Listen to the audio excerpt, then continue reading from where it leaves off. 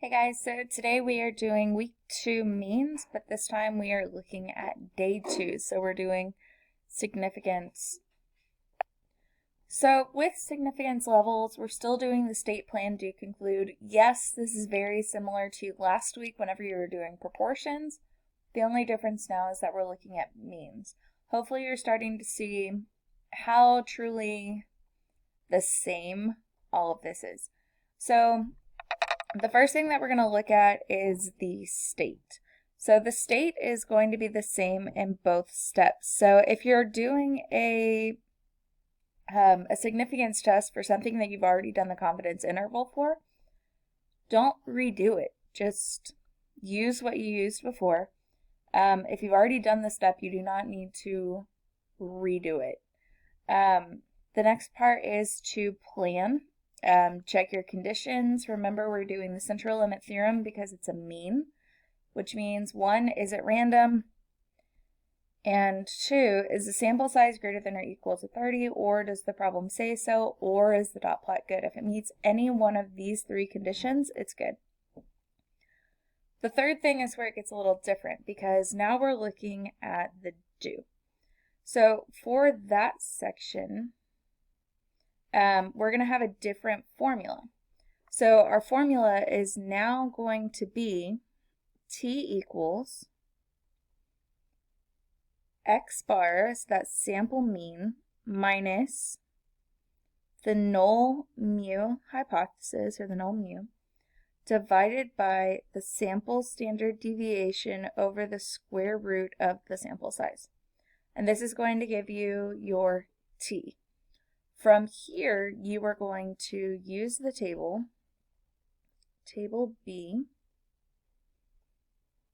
You can technically use the body of table B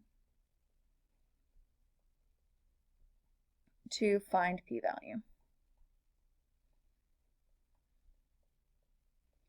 Now, something that's really important is if your shading is to either the left or to the right. Now, what I mean by this is, if your null or your alternative hypothesis is less than, or if your alternative hypothesis is greater than, then that means the number that you find is your answer.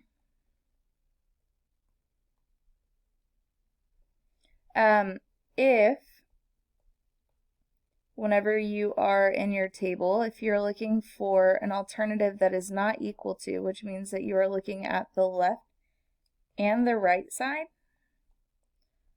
So if your alternative is not equal to, then your answer, you are going to multiply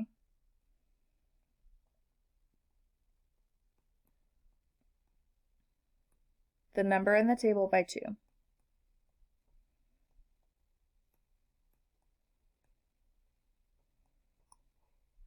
Okay, and that's what you need to make sure that you remember for the do section. Now, for the conclude,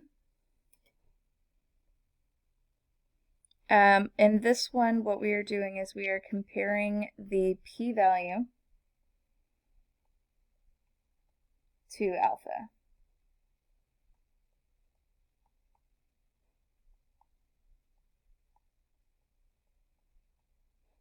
And what you're going to do is you're going to notice that if your p-value is less than alpha, you might remember that we reject the null hypothesis because we have convincing evidence for the alternative. And if our p-value is greater than alpha, then we say that we have no convincing evidence for the alternative. We fail to reject the null. Okay, so here's a pretty good place to pause it for the notes. You can see right there. And now we're going to look at an example. So we're going to look at that marriage example from the last video. So in the last video, we said in 1980 census results indicated that the age at which American men first married had a mean of 24.7 years. It is widely suspected that young people today are waiting longer to get married.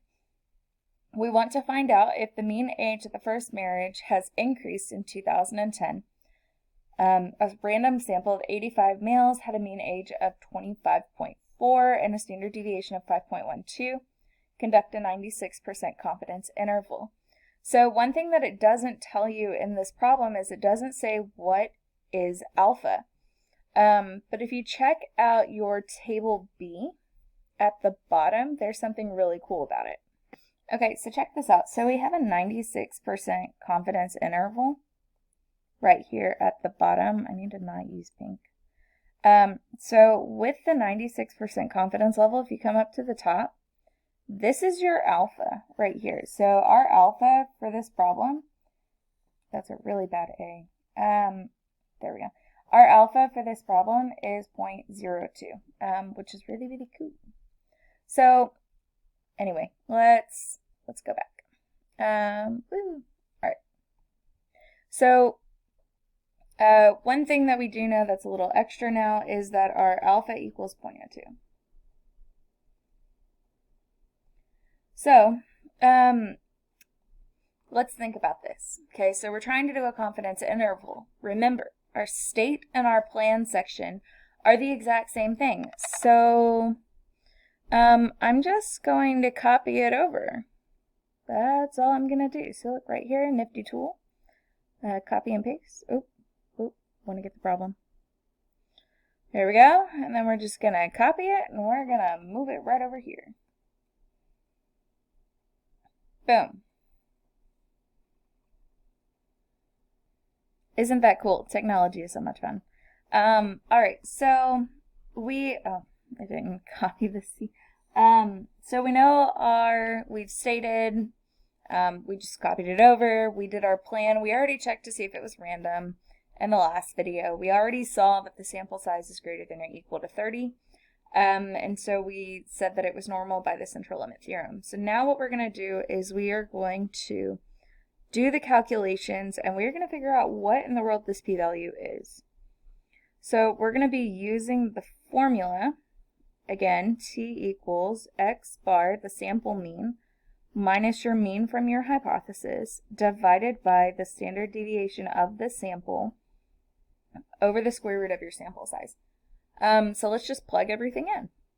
So x bar is 25.4 minus the null, which is 24.7, divided by the sample standard deviation, which is 5.12, over the square root of your sample size, which is 85.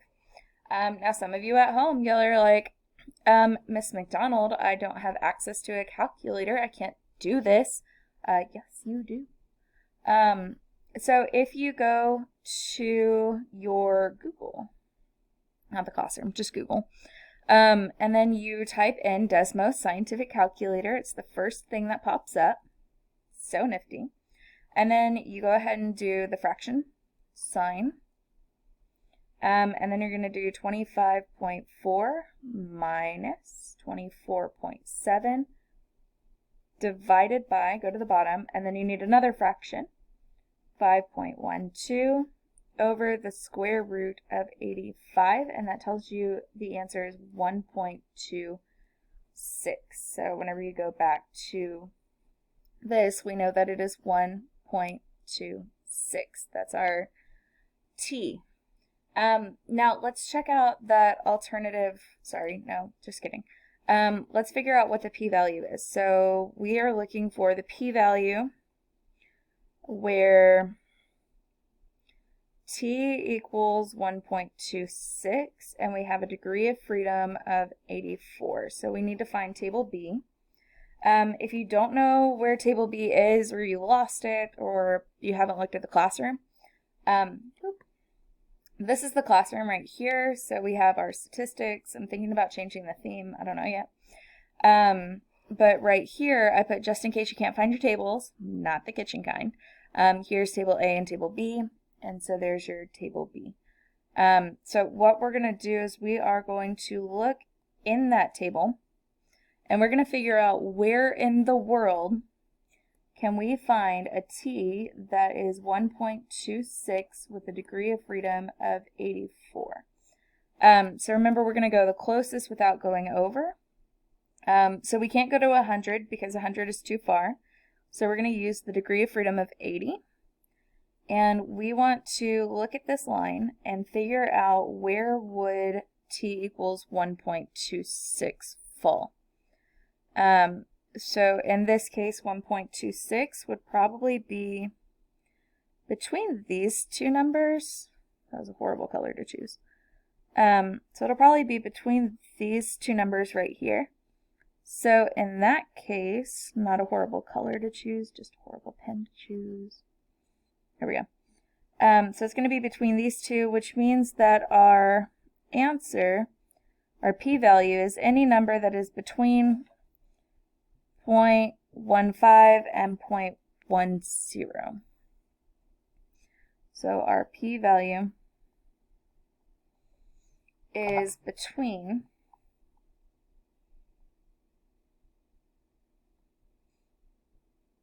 0.10 and 0.15. Now we need to check our alternative. So from here, the alternative hypothesis is that the mu is greater than, which means that this is the answer. So because our alternative said that it was going to be greater, then that means that this is your answer. That is your p-value. So now what we need to do is we need to do our conclusion. We are going to compare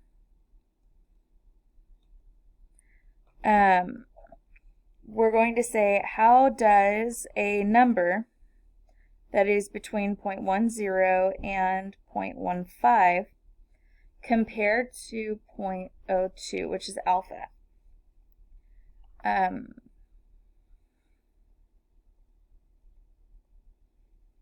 So 0.15 and 0.12 is greater than 0.02.